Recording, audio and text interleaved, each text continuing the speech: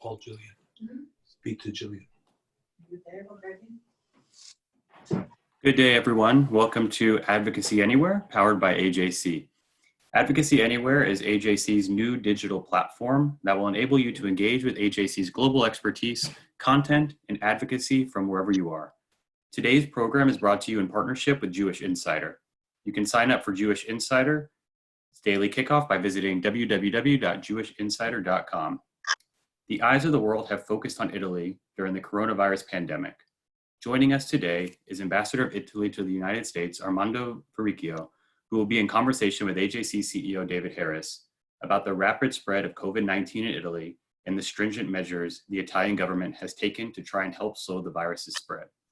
As a longtime friend of Italy, AJC stands in solidarity with the Italian people and are grateful to the ambassador for taking the time to brief us. After we hear from Ambassador Varricchio, we will take your questions. You may email your questions to questions@ajc.org, that's questions plural, or use the Q&A chat feature in Zoom. David, you and the ambassador have the floor. Thank you, Daniel. Hello to everyone who has joined us from around the world. We're honored to have the Ambassador of Italy to the United States with us, even as we're deeply pained by the reason for it. As I think all of you know, Italy has become the epicenter of the coronavirus. There have been more deaths in Italy than in any other country in the world, indeed more than twice the number of deaths in Italy than in China, where the virus originated. And the number of deaths continues to grow. And there are reports that the concentration of the coronavirus in the northern part of Italy may be spreading to other parts of the country as well. We're deeply concerned about the situation facing Italy. AJC has had a representation in Italy, in Rome and at the Vatican for many years. And as some of you know, I have a very close personal tie to Italy. I married an Italian citizen. My children are Italian citizens. Much of my wife's family is in Italy today and directly affected by the coronavirus. And so for all these reasons, we attach such importance to the ambassador's participation today. Ambassador, I know you'd like to make a brief opening statement, after which I'll have some questions. And then, as Daniel said, we'll turn to our audience around the world for their questions. Again, Ambassador, thank you for joining us at this difficult time for your country. Thank you. Thank you very much, David. Thank you for giving me this opportunity. I would like to extend warm greetings to all the friends who are listening up today. Allow me to say that your leadership is so important and what AJC is doing is so much appreciated. And this is very telling that an advocacy group like AJC keeps the attention, interest to focus on what is now perceived by our public opinion, by our people throughout the world, as one of the major and most difficult challenges that we have been experiencing in decades. Because while we are trying to cope with such a terrible threat posed to our public health, you mentioned the numbers, which are appalling. At the same time, we want to consider that not just the public health is at stake here, but the health of our democracies. And so I think that it is important now more than ever to work together and try to exchange views and ideas and joining our forces. Some facts.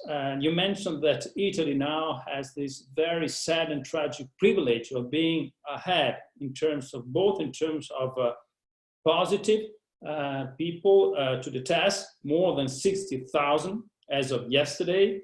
And also in terms of death, unfortunately, more than 8,000 people, 8,000 Italian men, women, children died out of this pandemic. There will be a time when we will consider why my country has been affected so heavily. Italy is an open country. Italy, because of its own geographical position, is in the midst of the Mediterranean. We have businesses, we have tourists, So many people visit Italy, and we are blessed by the presence of so many friends of ours who come to our shore. But in this terrible times, of course, this has been a dramatic problem. Now, both our local authorities and now our national government are trying to cope with a response. This response, first and foremost, I'm focused on the public health system. You know that in Italy, we have a universal health system. Every single person, individual in Italy is entitled to receive care by our hospitals and public health centers. We have been testing more than 3,000 people in Italy. We are almost heading towards 400,000 people. So we're trying to reinforce the resilience of our health system, while at the same time we cope as of now with the tragic economic effect of the virus. Blocking the economy, confining citizens to their own shelter, shutting down every production that is not deemed or considered essential. This is posing a tremendous burden to our economy. So as of now, the government has already put in place a number of measures trying to mitigate the effect, but of course, much will be needed. I was considering, and I offered this also to the discussion, to the panel, and then to the Q&A with our friends who are listening. Now more than ever, a country like Italy considers absolutely necessary to work together, first and foremost, with our European friends. You know, Italy is privileged to be one of the founding members of the EU. Now more than ever, for the sake not just of Italy or France or Germany, of Austria, of any individual country, but for the sake of Europe, it is important that we work together, we cooperate together, because when we try in Europe to retrench ourselves within borders, being national borders, psychological borders, this of course will run the risk of having the evil spirits again coming out of the box. And this is something that, of course, we cannot allow. We have gone through this in our history in Europe. We cannot afford going back to where we were coming from at the cost of life and of the losing, in a way, of our soul. We cannot lose our soul. This is something that, as Italians and as Europeans, we do consider absolutely crucial. And then a word to our American friends. Of course, I sympathize, we all sympathize in Italy with what is happening also in this great country. A country like the US, so open to the world, of course, is also open to the virus. So we do understand that it's important to try to narrowing down the different areas where the virus is spreading. It is absolutely necessary to flatten the curve, as we are saying these days, but at the same time, it is important that, again, Europe and America are together, because the pandemic is a great example of the need to renewing our friendship, because now more than ever, we have to share not just experience, we have to share practice, we have to share medical equipment, but we have to share values. And this is something that it is absolutely crucial. So thank you very much for giving me this opportunity, David. Ambassador, thank you for those very important opening remarks. Let me begin by asking you, if I'm not mistaken, after Japan, Italy may have the largest concentration of elderly people in the world. They are, of course, especially vulnerable, we're being told, to the coronavirus. How is Italy coping with this very specific fact of such a large percentage of vulnerable elderly people at a time of the spreading virus? You're perfectly right. This is one of the reasons why we have such high numbers of casualties. Because elderly people, if you take the overall number of more than 8,000 deaths in Italy, And if you look into it, you do realize that the elder people are the most affected. Most of them have preconditions, they have other pathologies. On top of them, the virus is proving dangerous, if not lethal, to their ability to respond to this external shock.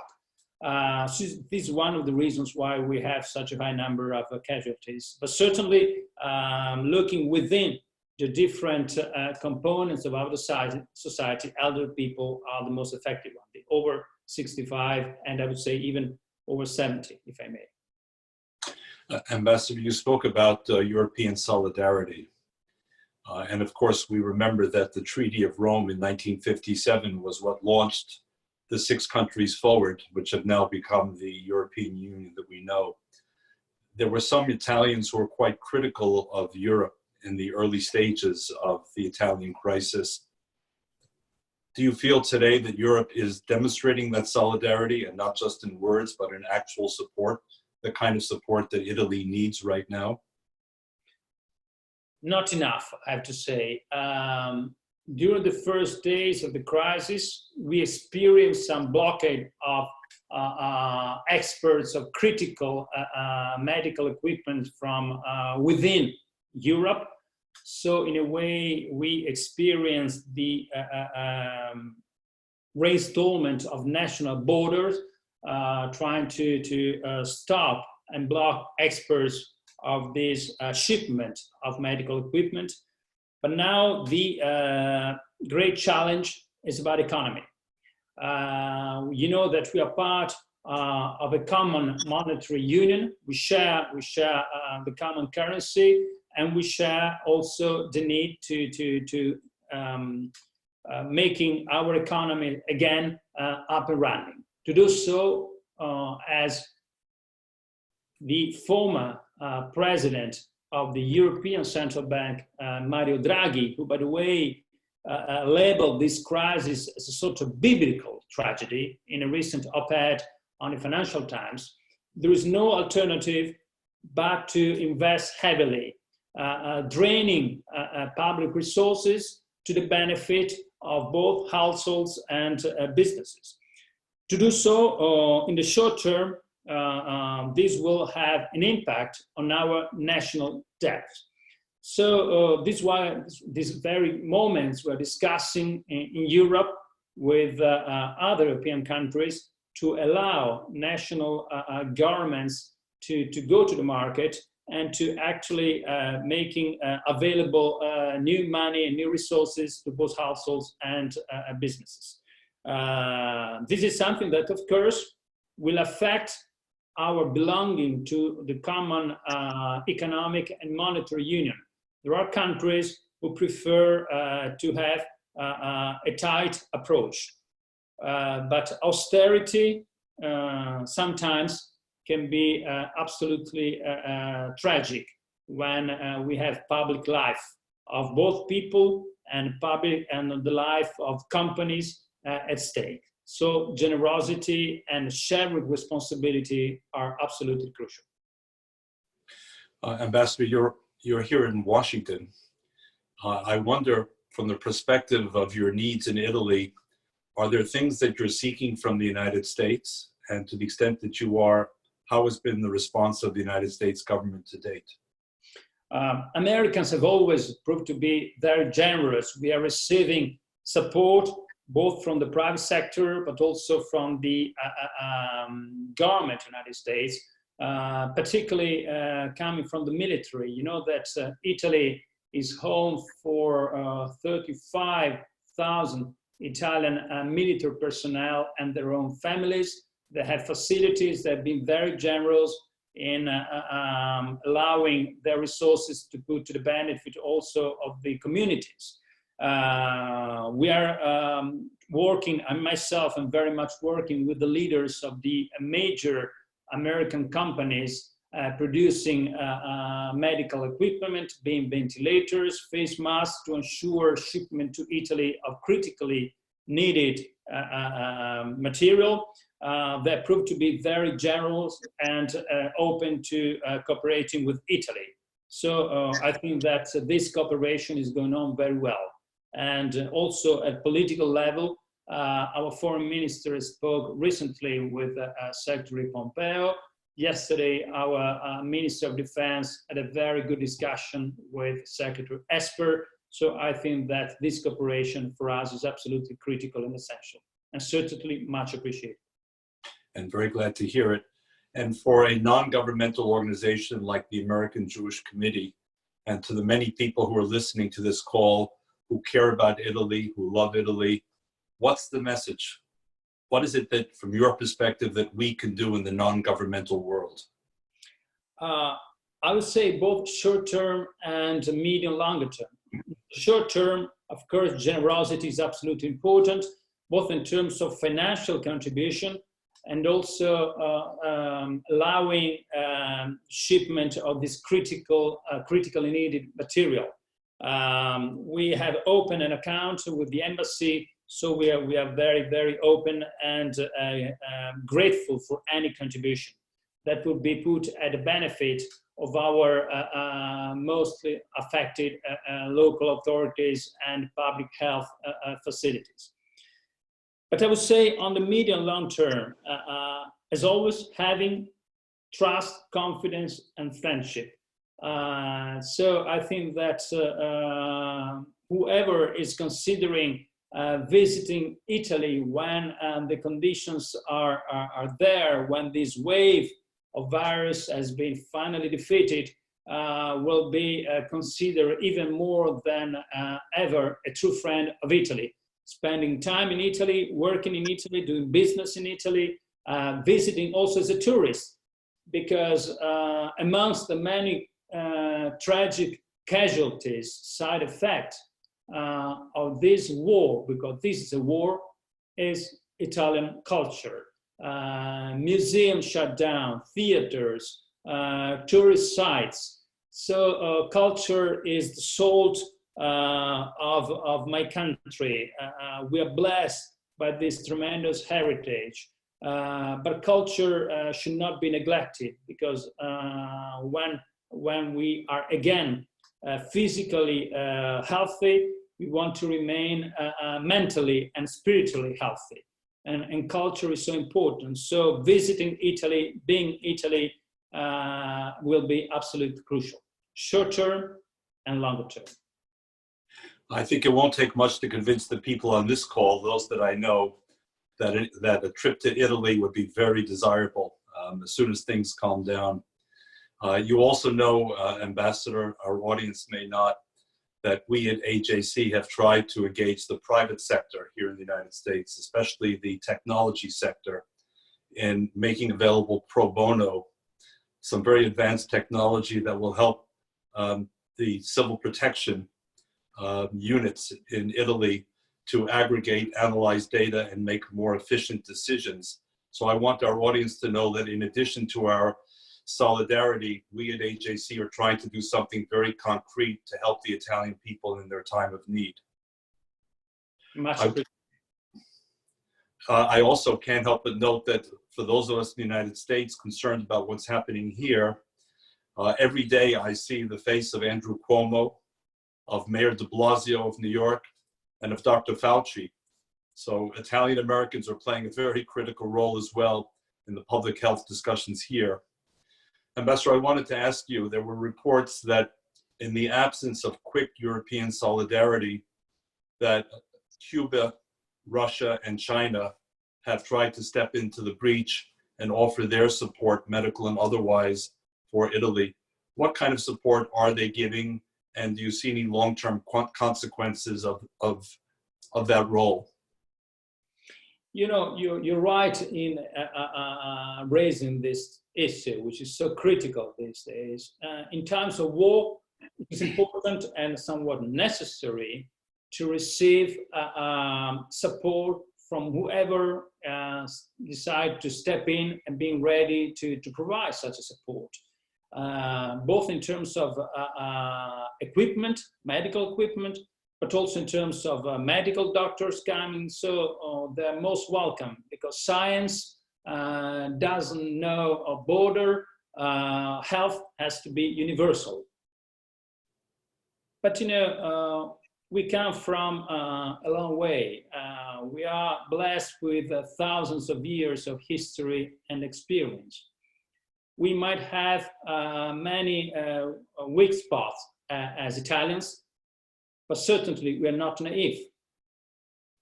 So we are very, very ready to recognize true friends from those who want to take advantage of a moment of weakness. So I think that there is no need to have any concern of any long-standing geopolitical shift. Italy knows very well, and Italians know very well where we stand. And we stand very proudly amongst the democracies of the world. We are heir to a great tradition, the Greek history, the Greek tradition that in many ways invented from an ontological point of view the word democracy, so the government of the people. So this is who we are. So when we receive support, we thank. When we receive shipment, we pay, as it is the case with most of the shipment we receive from China. We write our checks, but then I think we keep our eyes very open. Thank you, Ambassador. I'm just going to ask one more question, Daniel, and then turn it over to our audience. It's really, in a way, a statement, but I want to tell you, Ambassador, and I mean it from the bottom of my heart, that many of us have been deeply inspired by the Italian spirit. This is not an easy time, but we saw when 300 doctors were sought for frontline hospitals that thousands of Italian doctors volunteered, even though their lives could be at risk. And you know better than I that some Italian healthcare workers have died as a result of their work in the hospitals now. We've seen these remarkable scenes of the applause for healthcare workers from the balconies of Italian cities. We've seen the singing. We've seen the determination to live and to affirm life. And I want to tell you that for all of us who are facing this virus, and my wife and I have now been in lockdown here in New York for close to 2 weeks, the Italian spirit affects us all, and we root for it. So that's not a question, but I want to say thank you for sharing that spirit with us all. We need it. We're in this together. Thank you very much. The resilience of our communities is the first line to defend ourselves from the virus. Resilience, strength, and also ability to reunite and stand together. There are little towns in Italy who have been quarantined. People are rediscovering the values of living in communities and trying to focus on the values that matter the most. So this has been also, and this is still is, a moment when people are somewhat soul-searching. And I think that living together and retracing the bonds were uniting us is absolutely crucial. And I'm sure that, as it has been the case in previous moments of our history, I think that we will come out of this stronger and more united. So thank you for making this. Of course. And I think it underscores our mutual dependence. We're all in this together, Italy and the United States, and this disease does not distinguish among race or religion or nationality. Unfortunately, for people like me, it does distinguish by age. That's a separate issue. But it ought to be a reminder to all of us that we depend on one another and we're all in this together. So with that, Daniel, let me turn it to our audience, please. Daniel Silver. Thank you, David. Thank you, Ambassador. Our first question comes from David Simon in Houston, who asks, Northern Italy is one of the intellectual capitals of the world, yet despite this, you have been at the epicenter of the disaster. What are we learning from this, and are we doing enough globally to prevent a repeat elsewhere? And I should also add that he also asked separately if there are things that we, the audience, can do to help with the tragedy in Northern Italy. Products, specific products to purchase, charitable organizations to support, thank you cards to first responders. Thank you. Thank you. Thank you very much for this question. You're right. Northern Italy, particularly the area of Milan, the Lombardy region, has been the area most affected in Italy for numbers of reasons. Because it is the region most open to the world. You have businesses. It's an area that is one of the most advanced in the world. They have business with every part of the world. So connected to China, by the way. This has to be reminded. So this has been the area where we had the highest number of both positive and casualties. But at the same time, that part of Italy is the area with the best public health system, both public and private. So in a way, Lombardy has been so much tested, but it proved to be able to respond. But as you said, being the springboard, the powerboard of Italy, we want that once the crisis is over, the northern part of Italy, particularly the northern western part of Italy, resume strength, its ability to get back to work. The support of our friends overseas will be absolutely crucial. You know, one of the problems that many entrepreneurs bring to our attention is that in these times, you know, markets are looking elsewhere. So the value chain are in a way put to a halt. So it is important to resume connections, to resume business relations. It is important to get back where we used to be. So not losing those connections will be absolutely crucial. And particularly France in the US for us will be absolutely pivotal to make sure that business start again as strong as ever. Thank you. Message received. Daniel? This question comes from David Pianin in New York. What do you foresee as the long-lasting impact of this pandemic on Italian society, and perhaps expectations for the role of government and business in Italy? I think that a greater awareness of the importance to strengthen our public health system, because this affects directly our national security. I think that the government of Italy will have to acknowledge where it is important to focus our public investment, to reinforce the ability of our system to respond to this kind of shocks. Everybody now is listening to the words that years ago Bill Gates used to voice, mentioning that the greatest and most serious threat to our system was coming from a future possible pandemic. This is something that is opening up our eyes. So the government of Italy and the governments of other countries will have to refocus their attention, investing in research and making our public health system more resilient. This is something that I think will stay for us for a number of years. At the same time, we have to combine the globalization, which is the need to keeping open markets, keeping open flow of goods, services, and people, while at the same time being able to be a little bit more in control. Because if there is an external shock, this will have a huge impact on our societies.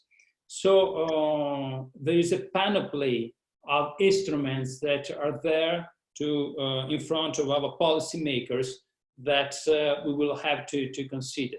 But again, not at the price of giving up our values and our necessity to be open to the world. I think that now more than ever, there is a need to retrace a path that probably in recent years has been somewhat less crucial, which is the importance of strengthening the multilateral system, the global institutions, because the more we are able to work together with the other countries of the world, the better it is for the crucial need, which is to protect our own people. Thank you. We've received a number of questions, both through Zoom and Facebook and elsewhere, asking what the situation is like for the Jewish community in Italy, and if there's anything that AJC or others can do to support specifically the Jewish community at this time. Of course, it is important because, you know, the Jewish community in Italy is highly educated, is made out of people who are perfectly members of the community, of society, very active, particularly in the two most important cities, which are Milan and Rome. So their contribution is absolutely critical. And particularly, you know, in the medical sectors, there are many Italians which consider themselves Jewish, which are, you know, great citizens and great leaders in our community. So it is important to work together. The Jewish community in Italy is also very well connected, very strong. And I think that as leaders in our community, they will have a great responsibility in being also giving a great contribution. So we rely on leaders in Italy in the respective fields of the society. And the members of Jewish community are great leaders in Italy. Thank you. In what ways, if any, do you think this pandemic will change the future of global diplomacy, and how will this affect the work of you and your colleagues in the long term? And a subsequent question from somebody, a listener in France, is asking if you think this will spell the end of the EU, or how will it affect the EU? Again, I think that while we are focused these days on crisis management, at the same time, we want to preserve international cooperation and global understanding. Diplomacy is more important than ever. By the way, also in our daily activities, we support our companies. We make sure that we are able to ensure shipment of goods, of critical equipment. But at the same time, we want to keep very high in our hands the flame of international cooperation. The most threatening challenges that our communities are faced with these days are all international, being terrorism, or being, in this case, a pandemic, or migration, or climate change. There is no country, even the most powerful country on earth, that is able to face these challenges alone. So there is a need to work together and to focus on what really matters. So this is why diplomacy is so important. And whoever might be tempted to exploit this moment of weakness to advance geopolitical goals and try to reinforce its grip on other countries has to be faced with a strong determination. So I think that particularly among democratic countries, it is absolutely crucial these days that we set aside some differences that we might have and to focus on what really is binding us. Because I think that now more than ever, we have to preserve, as I was saying in my initial remarks, the health of our institutions and the health of our democracies from any possible external foe. So I think that now more than ever, there's a need for diplomacy. Thank you. We have a question from a board member in Washington, D.C. who asks, has Italy engaged in bilateral conversations with countries like Spain and other nearby countries experiencing similar trends in the outbreak to offer lessons learned? Yeah, absolutely, yes. This is a very good question. In a way, Italy has been a trailblazer because we have been, for a number of weeks, ahead of the curve. Because what we are experiencing in Italy now is a sort of anticipation on what might also occur in other countries. We are experiencing the same pattern in Spain, for example. We are heading in that direction in France. What is happening these days in the United Kingdom, for example, is very telling. Numbers are rising in the UK, and they're not sparing even the most powerful palaces in the United Kingdom. So I think that we have somewhat important lessons to share and experiences to share. Certainly Spain, as a country so close to Italy, is relying on our experiencing, and we are working with them both at the level of our public health leaders, but also the level of our political leaders, because I think that the more we're able to work hand in hand, the better it is to fight this terrible virus. Thank you. David, would you like to ask another question before I conclude with one final question? Thank you, Daniel. In fact, I would.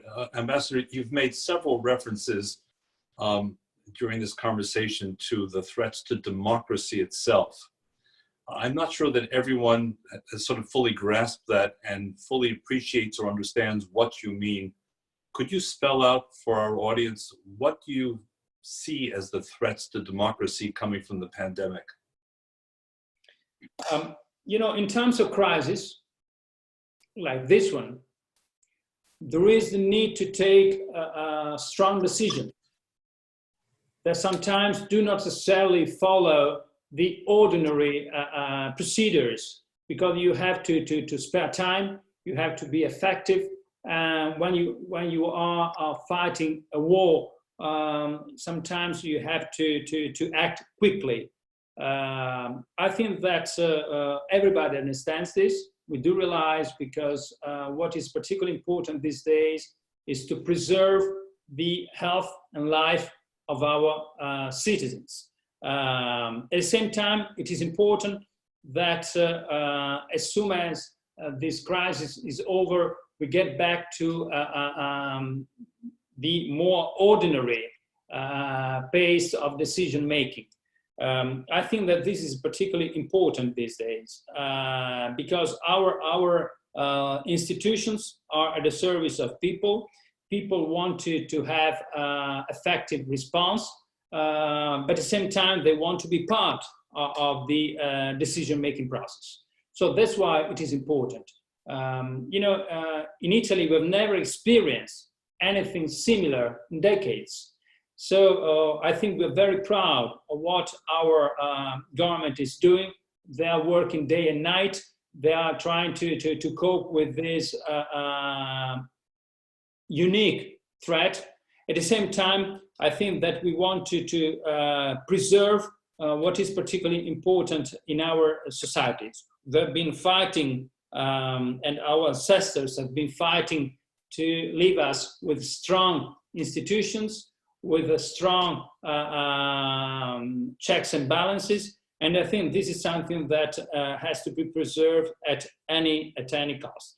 So I think that opening up our societies, avoid building walls, both among countries and within countries, is something that it is absolutely crucial. So I think that we're all aware of that. And when the virus is over, it's finally defeated, I think that we will be able again to embrace ourselves, both in our families, because we have sometimes even in our very own households, people self-quarantine and self-isolated, want to embrace again as people, as community, as nation, and I have to say also as nations, because this is absolutely crucial. We don't want this to leave behind any unnecessary wounds that might be there to stay for some time. Ambassador, your message about our common democracies, our interdependence, are messages that we at the American Jewish Committee have been saying for some time and will continue to say. Through this call, we want you to know of our friendship, our support, our solidarity. Many of us will be on those planes to Italy as soon as we can to visit and to savor that very, very special place. For the gentleman who asked about the Jewish community in Italy, it's been extremely difficult. Also a community with many elderly, a community that has suffered death without even the ability to have funerals in the proper way, to celebrate Passover coming, impossible. Shabbat this evening, impossible. So it's a community that is feeling very isolated, but very Italian, knowing that everyone is in this together. So all I can say, and if we could, I would do it in a chorus fashion. If I had the voice of Pavarotti, I would sing it. But let us all say together, Viva Italia, long live Italy. Thank you for joining us on this AJC call. Ambassador, you have many, many friends here that wish you well. Thank you. Arrivederci. Thank you very much, David, and thank you very much to the friends who are listening to us. Your presence here and your support mean a lot to us. Thank you very much. Thank you all. Bye-bye. Thank you. That ends today's call. I also want to thank our AJC community for joining us, as well as our partners at Jewish Insider. AJC is encouraging and highlighting acts of kindness during the current crisis as part of its newly launched Be a Mensch campaign. Visit ajc.org/beamensch, that's BEAMENSCH, to submit your own story of Menschy behavior or share it on social media using the hashtag BeAMensch. Please stay safe and healthy. Shabbat Shalom.